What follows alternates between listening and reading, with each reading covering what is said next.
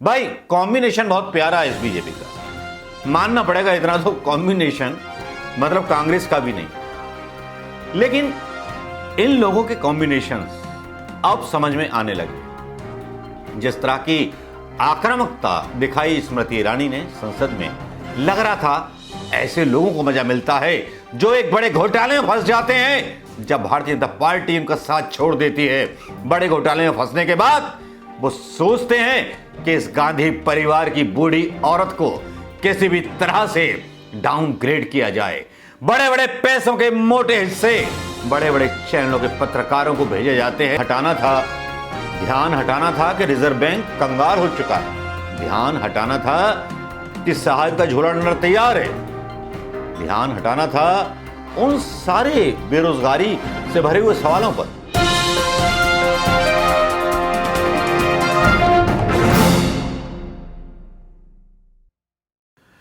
दोस्तों नमस्कार, मैं मनोज कुमार शर्मा, आजाद हिंद आवाज न्यूज के लिए आपके बीच में एक बार फिर। जी हां, आजकल आपने बर्जन देख लिए होंगे सबके, सोनिया गांधी और स्मृति ईरानी के बीच हुई उस घटना के बारे में, जिस घटना के बारे में बड़े शानदार जो है वक्तव्य अपने अपने हिसाब से सरकार के द्वारा रखे जा रहे हैं। भैया क्या करें कि सही वक्तव्य तो कोई रखता नहीं है, सही बात कोई नहीं बोलता। लेकिन खबर को आगे बढ़ाने से पहले एक भैंस के बारे में बात करना चाहूंगा जो पागल हो गई। इसका वीडियो दिखाना चाहूंगा।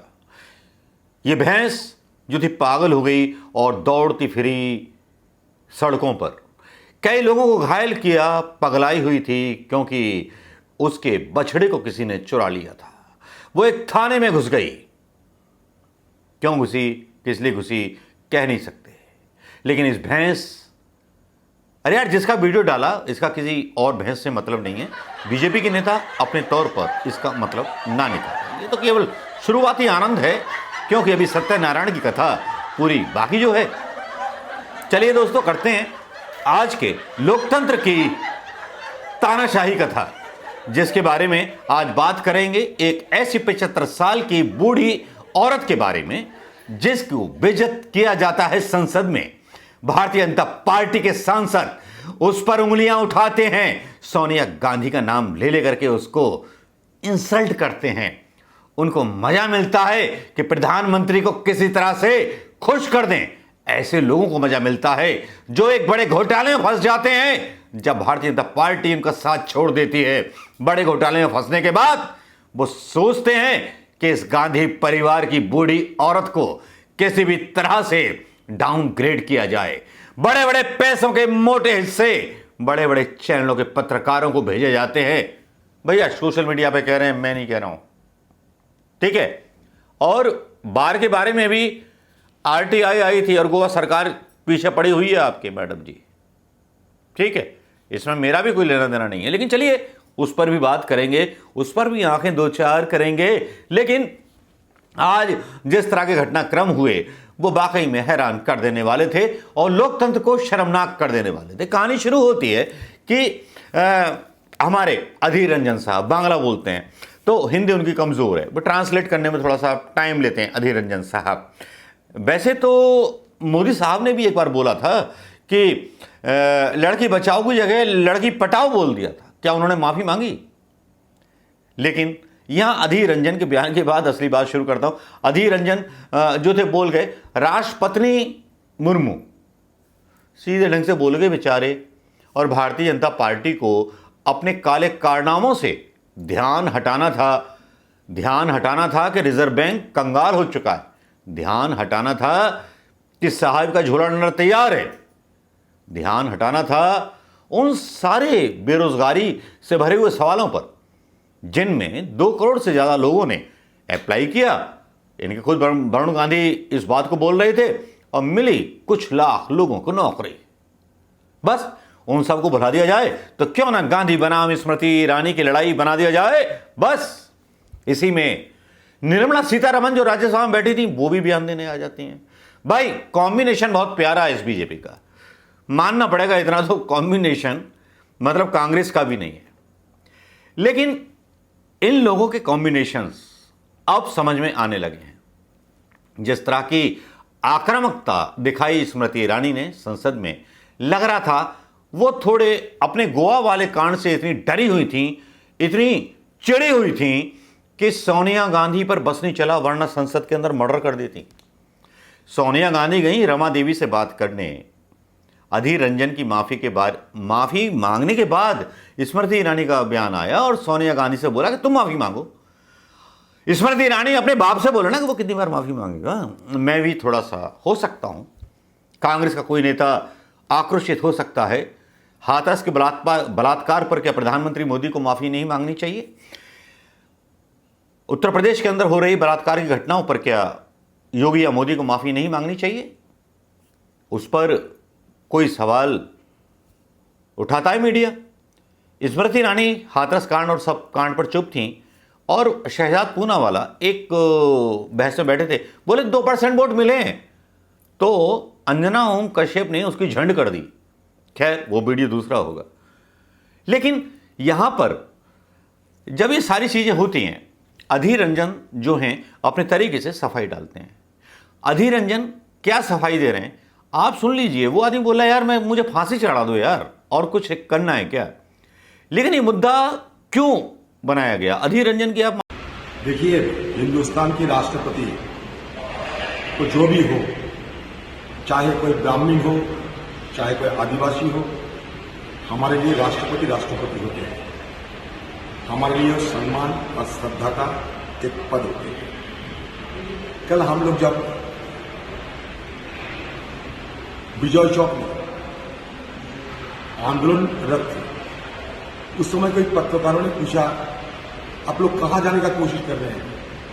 मैंने उनको तुरंत कहा कि राष्ट्रपति जी की घर हम जाना चाहते हैं, राष्ट्रपति से मिलना चाहते हैं। अचानक एक बार राष्ट्रपति निकल चुके, क्योंकि पिछले कई दिनों से ये राष्ट्रपति के मुद्दे पे इधर उधर कई जगह पे कई सारी चर्चा हो चुके हैं।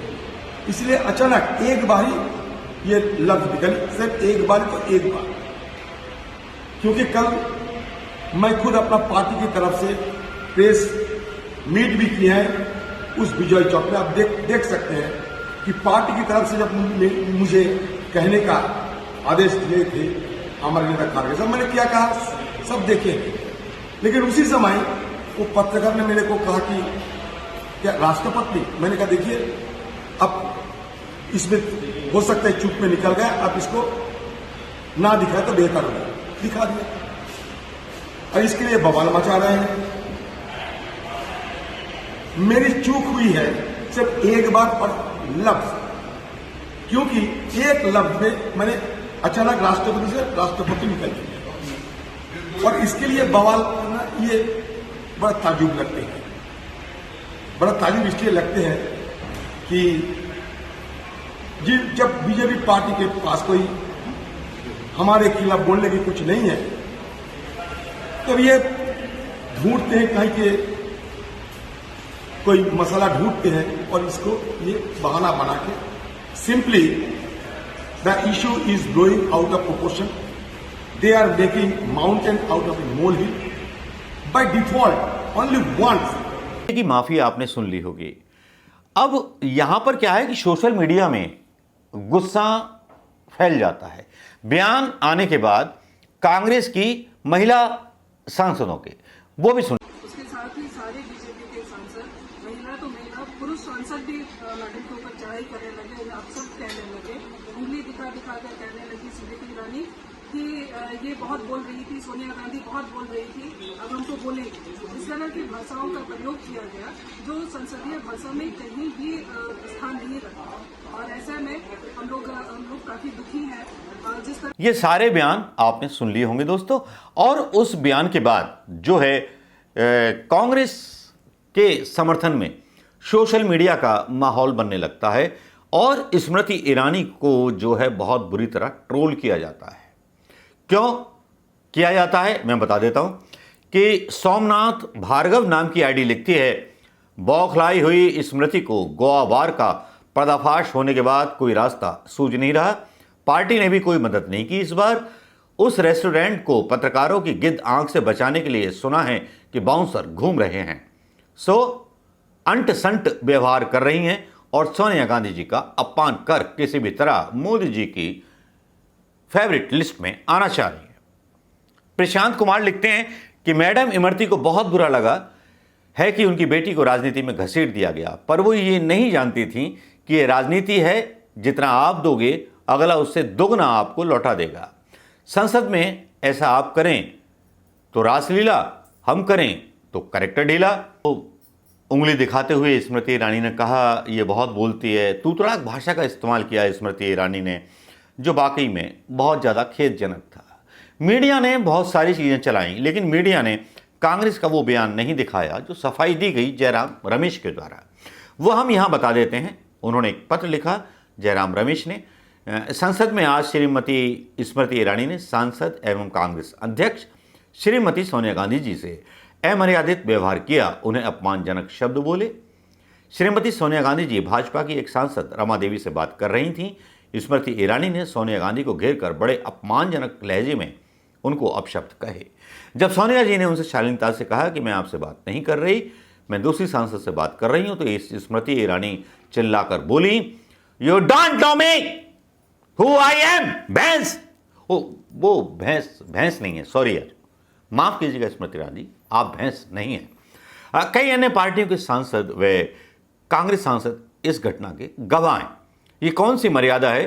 क्या एक सांसद साथी सांसद से बात भी नहीं कर सकती? स्मृति ईरानी राजनीतिक तरीके से अपनी बात रख सकती हैं। ये एक बड़े सांसद और एक पार्टी के अध्यक्ष के साथ इस तरह से हैकलिंग वाले रवैये पर क्यों उतारू हैं?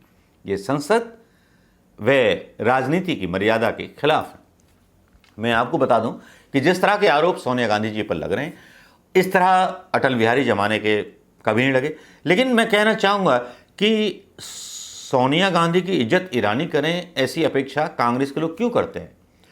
जब इनका खुद का प्रधानमंत्री, इनका खुद का बाप जो है अपने बाप की इज्जत नहीं कर सकता, लाल कृष्ण आडवाणी को साइडलाइन कर सकता है, तो ऐसी पार्टी से आप मर्यादा की मतलब वो आशा मत रखिए। ये सब चीज़ें पाल करके बैठ जाती है कि आपकी तरह मर्यादित लोग होंगे और आपकी तरह गांधीवादी लोग होंगे। बहुत सारे लोगों के बयान आते रहे, कांग्रेस प्रवक्ता बोलते रहे, लेकिन सबसे शानदार बयान आया सुप्रिया श्रीनेत का, जिन्होंने नींद उड़ा दी। सुप्रिया श्रीनेत ने पूरे खंभे उखाड़ दिए स्मृति ईरानी के। काश लोकसभा में स्मृति ईरानी के सामने सुप्रिया श्रीनेत होती, लेकिन यार होता क्या, कोई बोलने नहीं देता, क्योंकि सारे सांसदों को तो मतलब संसद से निलंबित कर दिया जा रहा है। सांसदों को निलंबित किया जा रहा है, उस पर बहस नहीं चल रही। इतने सारे असंवैधानिक काम चल रहे हैं, उस पर बहस नहीं चल रही। लेकिन सोनिया गांधी बनाम स्मृति ईरानी की बहस जरूर चल रही है। दोस्तों, ये घातक है लोकतंत्र के लिए। कांग्रेसियों समझो, इनके फैले हुए जाल में, फेंके हुए जाल में फंसा मत करो। थैंक यू दोस्तों, नमस्कार, जय हिंद।